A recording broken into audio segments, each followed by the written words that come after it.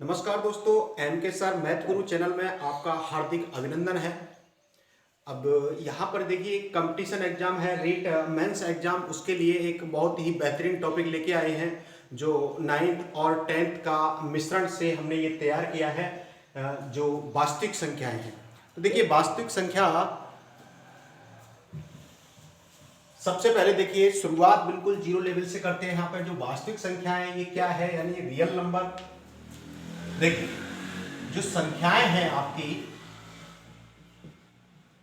एक तो आपको वास्तविक संख्या है,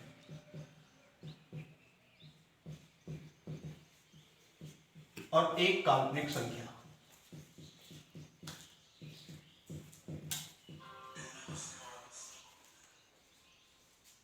देखिए वास्तविक संख्या, इसमें आपकी जो संख्याएं हैं वो दो भागों में है। एक तो आपकी परिमेय संख्या है, दूसरी है आपकी अपरिमेय संख्या।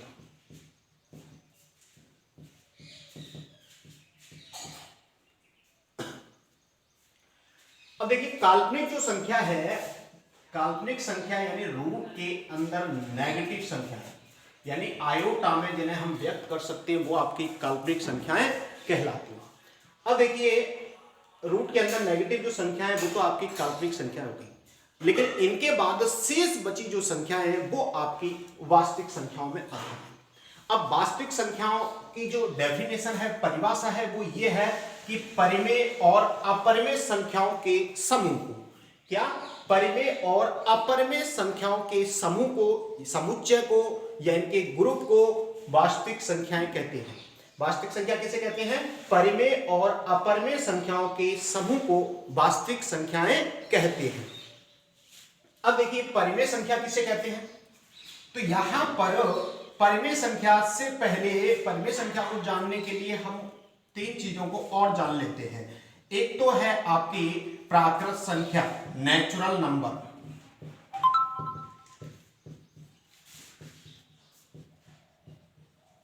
नेचुरल नंबर, तो देखिए नेचुरल नंबर क्या होता है, ये नेचुरल नंबर आपकी एक से प्रारंभ होती है। कहां से प्रारंभ होती हैं? एक से प्रारंभ होती हैं और ये अनंत तक होती हैं। उसके बाद पूर्ण जो संख्याएं हैं आपकी, पूर्ण संख्या यानी इंटीजर नंबर,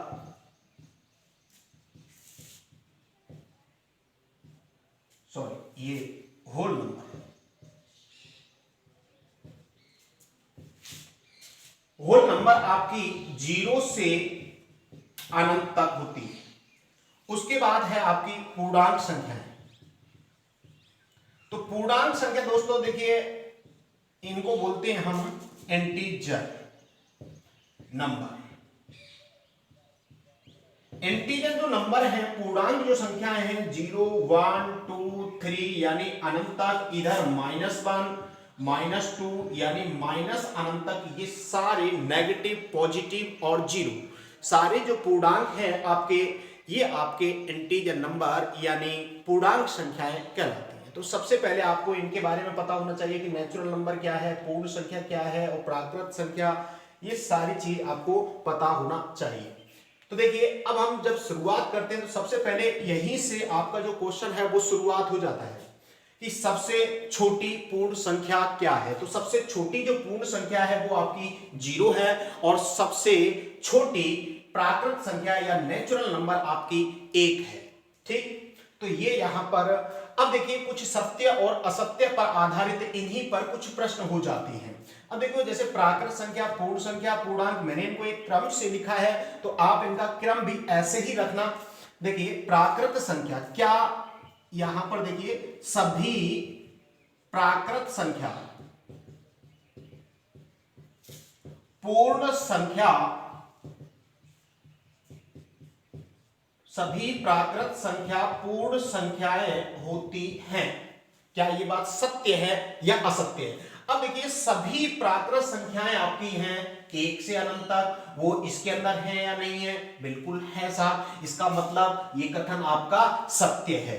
सभी प्राकृत संख्या, सभी प्राकृत संख्या पूर्णांक संख्याएं हैं। ये बात भी आपकी सत्य है, क्योंकि सभी जो प्राकृत संख्याएं हैं, ये जो प्राकृत संख्याएं आपकी सारी की सारी पूर्णांक संख्याओं में उपस्थित है, इसलिए ये कथन भी आपका सत्य होता है। सभी पूर्ण संख्याएं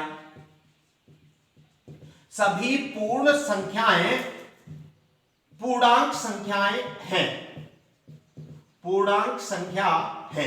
तो देखिए यहां पर सभी पूर्ण संख्याएं पूर्णांक संख्या है। तो देखिए यहां पर जो पूर्ण संख्याएं वो जीरो से शुरू होती हैं और जीरो से ही इसमें सारी संख्याएं हैं, इसका मतलब ये कथन भी आपका सत्य है। अब देखिए मैं आपको एक सीरियल बता देता हूं, यहां पर ऊपर से जब नीचे आते हैं तो सत्य है और नीचे से यदि ऊपर जाते हैं तो असत्य है। जैसे पहले आ गया प्राकृत, तो प्राकृत संख्या ऊपर से शुरुआत हुई है, फिर नीचे आ गया पूर्ण, तो इसका मतलब प्राकृत संख्या पूर्ण संख्या है, बिल्कुल सही है। सभी प्राकृत संख्या पहले प्राकृत आ गया, फिर पूर्णांक आ गया, तो इसका मतलब ये बात भी आपकी सत्य है। ऐसे ही सभी पूर्ण संख्याएं पूर्णांक संख्याएं हैं, इसका मतलब ये बात भी आपकी सत्य है। क्या सभी पूर्णांक प्राकृत संख्याएं हो सकते हैं? ये कथन आपका असत्य हो जाएगा। सभी पूर्णांक संख्याएं, तो देखिए सभी पूर्णांक संख्याओं में यहां पर जो नेगेटिव पूर्णांक संख्याएं हैं वो आपकी इसके अंदर नहीं है, इसलिए ये सभी पूर्णांक संख्याएं प्राकृत संख्याएं नहीं हो सकती। सभी पूर्णांक संख्याएं भी पूर्ण संख्या नहीं हो सकती, क्योंकि नेगेटिव वाली जो पूर्णांक संख्याएं वो पूर्णांक संख्याओं के अंतर्गत नहीं आती हैं। अब देखिए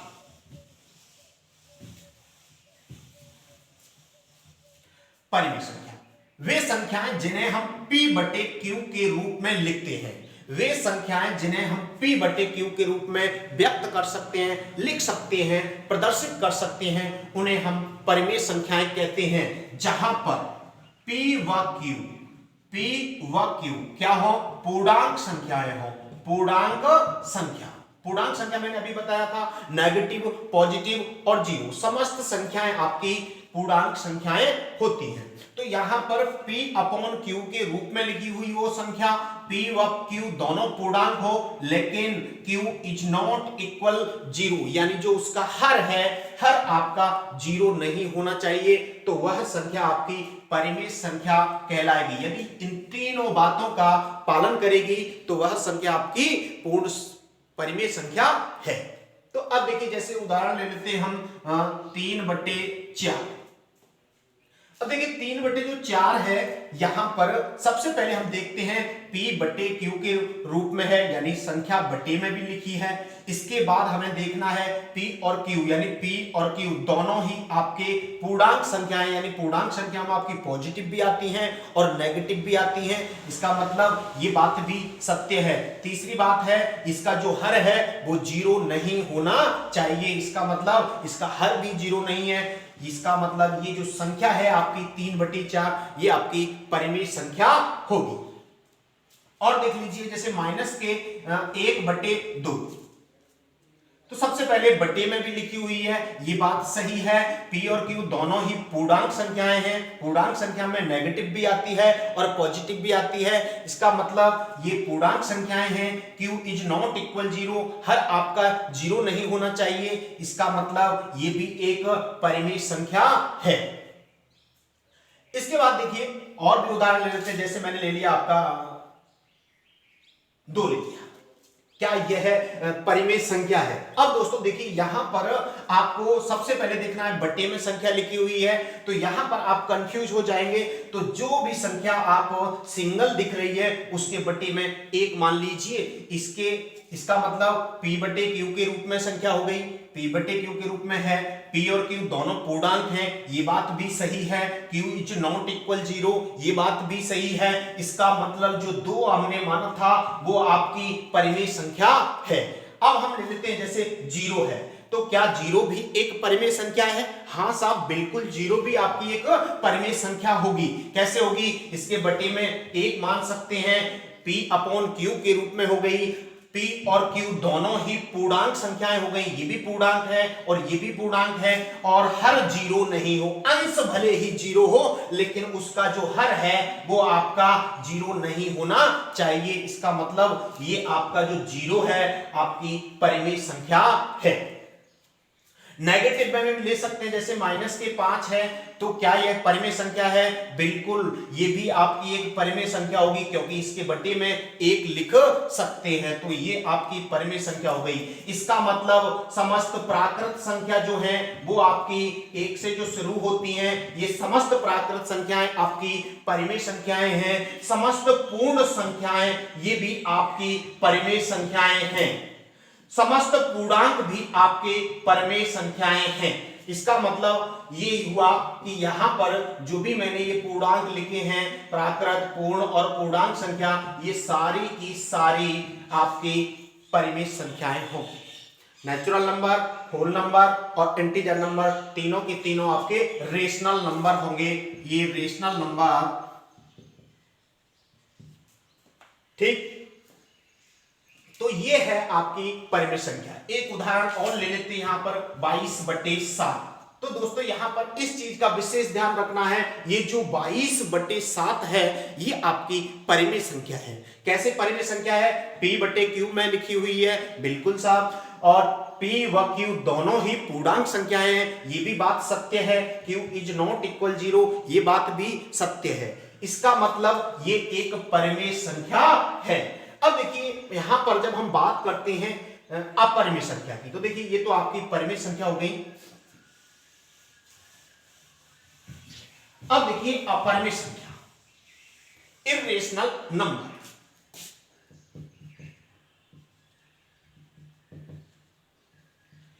इर्रेशनल नंबर, अपरिमेय संख्या। देखिए यहां पर इसकी जो डेफिनेशन है वो ये है कि जिसको हम P/Q के रूप में नहीं लिख सकते, जहां P व Q पूर्णांक तथा Q इज नॉट इक्वल 0। यानी डेफिनेशन परिमेय संख्या की जो डेफिनेशन है वही अपरिमेय संख्या की डेफिनेशन है, बस उसके अंदर नहीं लगाना है। यानी वे संख्याएं जो P/Q के रूप में लिखी जाती हैं वो परिमेय संख्याएं हो जाएंगी। वे संख्याएं जो P/Q के रूप में नहीं लिखी जाएं उनको अपरिमेय संख्याएं कहते हैं। अब देखिए, ठीक है, मान लिया ये बात आपकी सही है, लेकिन आपको ये परिभाषा याद नहीं रखनी है, थोड़ा सा दिमाग देना है कि जो परिमेय अपरिमेय संख्या है वो क्या है। यानी मेरा मानना तो ये है कि जो संख्याएं रूट के अंदर लिखी है जो पूर्ण वर्ग नहीं है, अपरिमेय संख्याएं कहलाती हैं। यानी समस्त रूट के अंदर आने वाली पूर्ण वर्ग संख्याओं को छोड़कर। पूर्ण वर्ग संख्या का मतलब होता है जैसे 1 है, ये आपकी पूर्ण वर्ग संख्या है, 4 है ये भी पूर्ण वर्ग है, 9 है ये भी पूर्ण वर्ग है, 16 है, 25 है, 36 है, 49 है, इसके बाद 64 है। ये सारी की सारी संख्याएं पूर्ण वर्ग, यानी 1 का वर्ग 1 होता है, 2 का 2, 3 का 9, 4 का 16, इनको हम पूर्ण वर्ग संख्याएं बोलते हैं। ठीक है, तो इन संख्याओं को छोड़कर शेष संख्या जो रूट के अंदर लिखी जाती हैं वो आपकी अपरिमेय संख्याएं कहलाती है। अब देखिए, जैसे मैंने लिख दिया √2, क्योंकि एक जो √1 है ये अपरिमेय नहीं है साहब। क्यों नहीं है?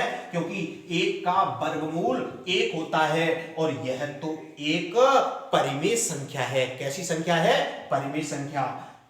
इसके बाद देखिए ये आपकी अपरिमेय संख्या हो गई, √3 अपरिमेय संख्या हो गई। इसके बाद √4 आता है, ये आपका अपरिमेय नहीं होगा क्योंकि 4 का वर्गमूल कितना होता है? 2 होता है। तो ये आपकी अपरिमेय संख्याएं हैं। √5 हो गई, √6 हो गई, √7 हो गई, √8 हो गए, √9, ये अपरिमेय नहीं है क्योंकि 9 का जो वर्गमूल होता है वो 3 होता है। तो इन संख्याओं को छोड़कर शेष संख्याएं जो रूट के अंदर आती हैं वो आपकी अपरिमेय संख्याएं होती हैं।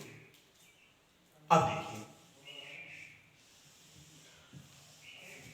एक विशेष ध्यान देना है यहां पर, ये जो पाई है, पाई का जो मान है वो 22/7 होता है। हाँ, मान लेते हैं हम पाई का मान 22/7, लेकिन आपको इसकी तुलना 22/7 से नहीं करनी है। जब मैं दशमलव संख्या वाला टॉपिक पढ़ाऊंगा तो उसमें इसको पूरे विस्तार से बताऊंगा। तो यहाँ पर आपको जो पाई है वो आपको अपरिमेय संख्या लिखनी है। क्या लिखनी है? अपरिमेय संख्या। पाई कैसी संख्या है?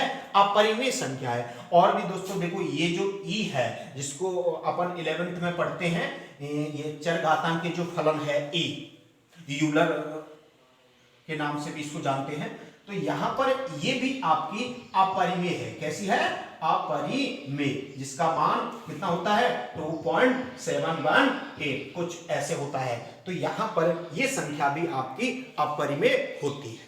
ठीक, तो इनको विशेष ध्यान रखना है। यहां पर ये जो संख्या है पाई और ई जो अपरिमेय संख्याएं हैं, इसको अपरिमेय संख्या माना। ठीक, तो यहां पर दोस्तों अपरिमेय संख्या हो गई। अब देखिए वास्तविक संख्या फिर से यहां पर देख लेते हैं एक बार। वास्तविक संख्या वो आपकी परिमेय और अपरिमेय संख्याओं को ही कहते हैं। अब देखिए जो आपकी परिमेय संख्याएं थी, परिमेय संख्याओं में हमने 3 संख्याएं पढ़ी थी। ये भी आपकी परिमेय होती हैं, प्राकृत, पूर्ण और पूर्णांक। ध्यान रखना, इनको कंफ्यूज नहीं होना। प्राकृत संख्या भी परिमेय होती हैं, पूर्ण संख्या भी परिमेय होती हैं, पूर्णांक संख्या भी परिमेय होती हैं, परिमेय संख्या वास्तविक होती है। ठीक, और अपरिमेय जो संख्याएं हैं ये आपकी, यानी जितनी भी अपरिमेय संख्याएं वो भी वास्तविक संख्याएं होती हैं। तो टोटल जो संख्याएं आपकी परिमेय और जो अपरिमेय हैं वो सारी की सारी संख्याएं वास्तविक संख्याएं होती हैं।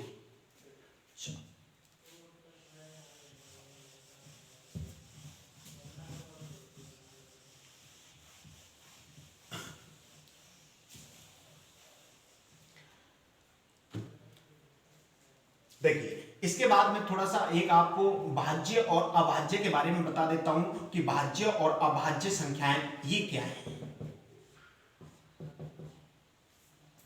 देखिए भाज्य जो संख्याएं हैं, कहने का मतलब ये है, इनकी डेफिनेशन में अगर जाएं तो वे संख्याएं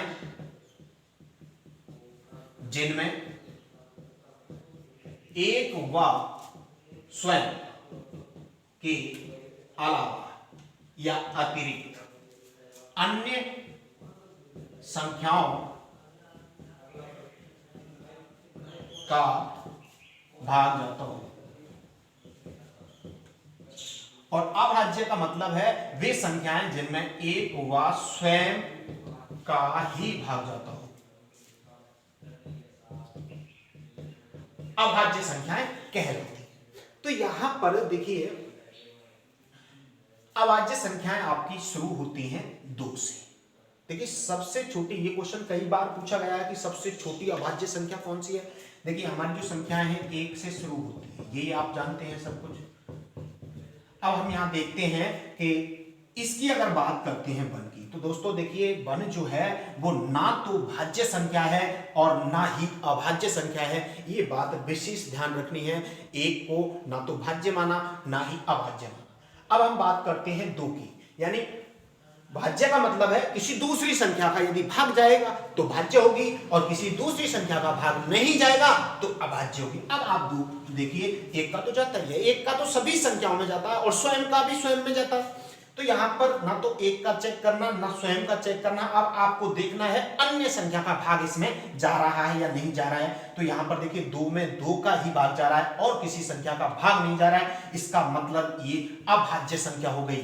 3 है, इसमें भी देखिए 2 का भाग नहीं जाता है, 3 का जाता है और किसी संख्या का भाग जाता नहीं है, स्वयं का जा रहा है, 1 का जा रहा है। इसका मतलब 3 एक अभाज्य संख्या है। इसके बाद अगर 4 की बात करें, इसमें अन्य संख्या का भाग जा रहा है यानी 2 का भाग जा रहा है, तो ये आपकी अभाज्य संख्या है, सॉरी भाज्य संख्या है। तो आपकी जो भाज्य संख्या है वो आपकी 4। 5 ये 5 जो है ये आपकी अभाज्य संख्या है, क्योंकि इसमें देखो किसी भी संख्या का भाग नहीं जा रहा है। इसके अलावा 5 के अलावा और किसी संख्या का इसमें भाग नहीं जाता है। तो देखिए ये आपकी अभाज्य हो गई। 6 है, बताइए आप क्या होगी। 2 का भी जा रहा है, 3 का भी जा रहा है, यानी किसी भी संख्या का यदि भाग चला जाए तो वो आपकी भाज्य संख्या हो जाएगी। 7 है अभाज्य है, इसके बाद 7 के बाद 11 है, 13 है, 13 के बाद 17 है, 19 है, और 19 के बाद 23, 23 के बाद 29। चलो 25 तक ही देख लो आप। देखिए जो 25 तक की जो अभाज्य संख्याएं हैं वो आपकी ये हो गई, यानी टोटल ये 1 2 3 4 5 6 7 8 और 9 संख्याएं। कितनी संख्याएं हैं? 1 से 25 तक अभाज्य संख्याओं की जो संख्या है वो 9 है। लेकिन क्वेश्चन अगर पूछता है 1 से 25 तक की अभाज्य संख्याओं का योग, अभाज्य संख्याओं का योग, तो 1 से 25 तक की अभाज्य जो संख्याएं हैं इनका योग 100 होता है। ये आपको याद रखना है। जोड़ने में तो थोड़ा टाइम लगता है, हो सकता है आप निकाल के भी जोड़ सकते हैं, लेकिन उसमें थोड़ा टाइम लगता है। इसलिए 1 से जो 25 तक की 9 अभाज्य संख्याओं का योग कितना होता है? 100 होता है। तो ये आपको ध्यान रखना है। 1 से 50 तक, 1 से 50 तक की जो अभाज्य संख्याएं वो 15 आती हैं, और 1 से 100 तक की अभाज्य संख्याएं आपकी 25 आती हैं। कितनी संख्याएं आती हैं? 1 से 25 तक तो 9 अभाज्य संख्याएं, 1 से 50 तक की 15 अभाज्य संख्याएं, 1 से 100 तक 25 अभाज्य संख्याएं। ये आपको थोड़ा ध्यान रखना है। अब देखिए यहां पर एक क्वेश्चन और बनता है, वो क्या बनता है कि सबसे छोटी, ये बहुत कंफ्यूज करता है दोस्तों सवाल कि सबसे छोटी अभाज्य संख्या है।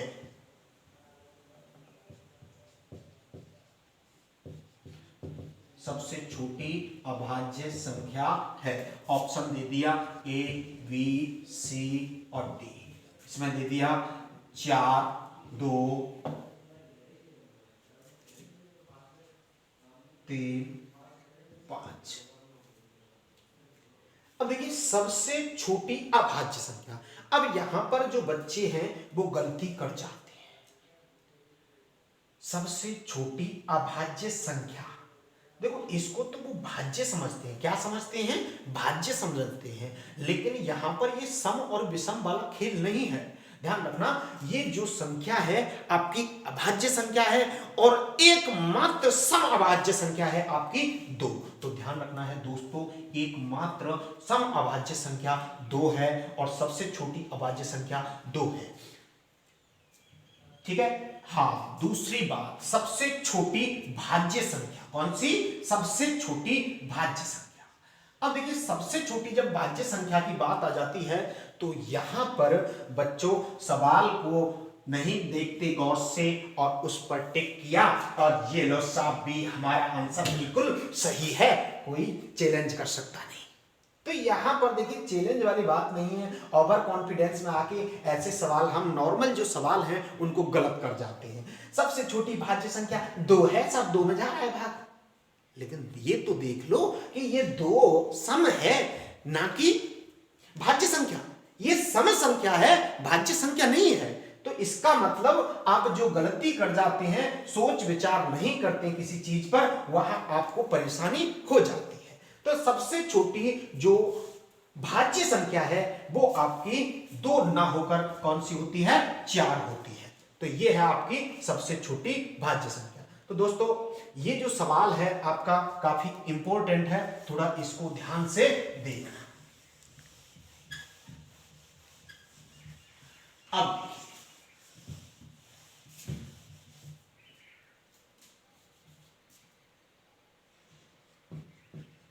अपरिमेय संख्या है। देखिए अपरिमेय जो संख्याएं अभी मैंने बताया था, जो रूट के अंदर आती हैं और पूर्ण वर्ग संख्याओं को छोड़कर वो आपकी अपरिमेय संख्याएं होती हैं। लेकिन आपको एक चीज और ध्यान रखनी है, ऑप्शन में इस तरीके से देगा, निम्न में से अपरिमेय संख्या, निम्न में से अपरिमेय संख्या नहीं है, ऐसे। और देखिए यहां पर जैसे ऐसे लिख दिया 3 + √2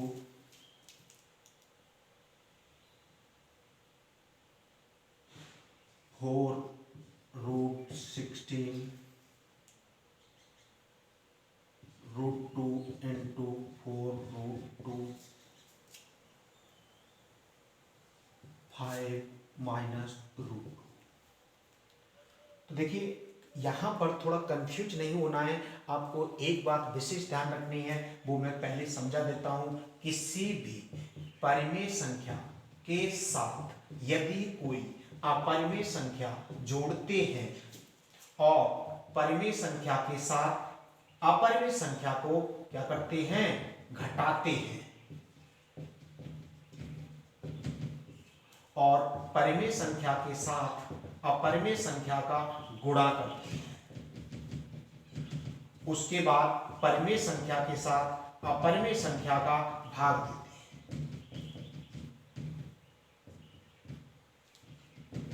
तो ये चीज आपको ध्यान देनी है। पहले परिमेय संख्या के साथ अपरिमेय संख्या जोड़ रहे हैं या परिमेय संख्या के साथ उसका अपरिमेय का घटा रहे हैं या गुणा कर रहे हैं या भाग दे रहे हैं, तो इसका मतलब ये है कि ये जो संख्या परिमेय संख्या के साथ आप कुछ भी कर रहे हैं अपरिमेय संख्या का, तो आपको जो आंसर आएगा वो अपरिमेय संख्या ही होगा। यानी परिमेय संख्या के साथ आप किसी भी संख्या का, जैसे मैंने परिमेय संख्या के साथ इसका गुणा कर दिया, जोड़ दिया, तो भी आपकी अपरिमेय होगी, इसके साथ घटाया तो भी अपरिमेय संख्या होगी, इसके साथ गुणा किया तो भी अपरिमेय संख्या होगी, इसके साथ भाग दिया तो भी अपरिमेय संख्या होगी। समझ गए? तो ये चीज, चार चीजें आपको याद रखनी है। यानी परिमेय संख्या के साथ किसी भी अपरिमेय संख्या का जोड़, घटाव, गुणा और भाग, ये सारी की सारी संख्याएं आपकी अपरिमेय होती हैं। लेकिन अपरिमेय संख्या के साथ अपरिमेय संख्या का यदि गुणा करें या भाग करें तो वहां पर ये चीज सत्य हो भी सकती है और नहीं भी हो सकती। ठीक, तो यहां पर देखिए निम्न में से अपरिमेय संख्या नहीं है। एक तो देखिए ये आपकी परिमेय संख्या होगी, सॉरी अपरिमेय संख्या होगी, और ये आपकी, इसको थोड़ा ध्यान से देखना है और एक इसको ध्यान से देखना है, ये भी आपकी अपरिमेय संख्या है। अब आपको कौन सी नहीं है, अब देखो 4 का, इस 16 का जो वर्गमूल है वो 4 होता है, और 4 का 4 से मल्टीप्लाई करेंगे 16 हो जाएगा। तो यहाँ पर ये जो 16 है वो आपकी अपरिमेय संख्या नहीं है। इधर देखिए √2 का √2 से यदि मल्टीप्लाई करेंगे तो 2 होगा, और 2 का इससे मल्टीप्लाई करेंगे तो 8 होगा। तो यहाँ पर ये संख्या भी आपकी अपरिमेय संख्या नहीं है। तो ये जो संख्याएं हैं इस तरीके से थोड़ा ध्यान रखना है। किसी भी संख्या का डिवाइड हो सकता है, तो वहां पर ये चीजें ध्यान रखनी है। अब देखो जैसे मैंने लिख दिया √12/√3, क्या ये संख्या आपकी अपरिमेय संख्या है? तो यहां पर आपको दोस्तों इसके फैक्टर कर लेने हैं। इसके जो फैक्टर हैं वो 4 × 3 हो गई, और नीचे √3 है, इसको अलग करके भी लिख सकते हैं, √4 × √3 और बट्टे में √3। तो देखिए √3 से √3 खत्म हो गया, 4 का जो वर्गमूल होता है वो 2 होता है। इसका मतलब ये जो संख्या 2 है आपकी परिमेय संख्या है। तो यहां पर इस प्रकार के क्वेश्चन भी आपको मिल सकते हैं। ठीक है, तो ये आपका अपरिमेय संख्या वाला जो टॉपिक है वो हो गया है। कुछ इसमें सत्य और असत्य वाले कुछ कथन हैं, वो हम नेक्स्ट वीडियो में आपको बताएंगे। तो दोस्तों वीडियो कैसी लगी कमेंट में जरूर बताएं, और कोई भी समस्या हो आपको परिमेय अपरिमेय संख्याओं से संबंधित, आप डिस्क्रिप्शन में लिंक में सब कुछ मोबाइल नंबर वगैरह सारा दिया हुआ है, तो वहाँ आप कांटेक्ट कर सकते हैं। और रीट वाले विद्यार्थियों के लिए मैं अग्रिम बधाई देना चाहता हूँ कि हो सकता है कि आपका ये जो टॉपिक है वो कहीं ना कहीं इसमें से मैच्योर करेगा। ठीक है, थैंक यू दोस्तों। वीडियो को लाइक, सब्सक्राइब और शेयर करना ना भूलें।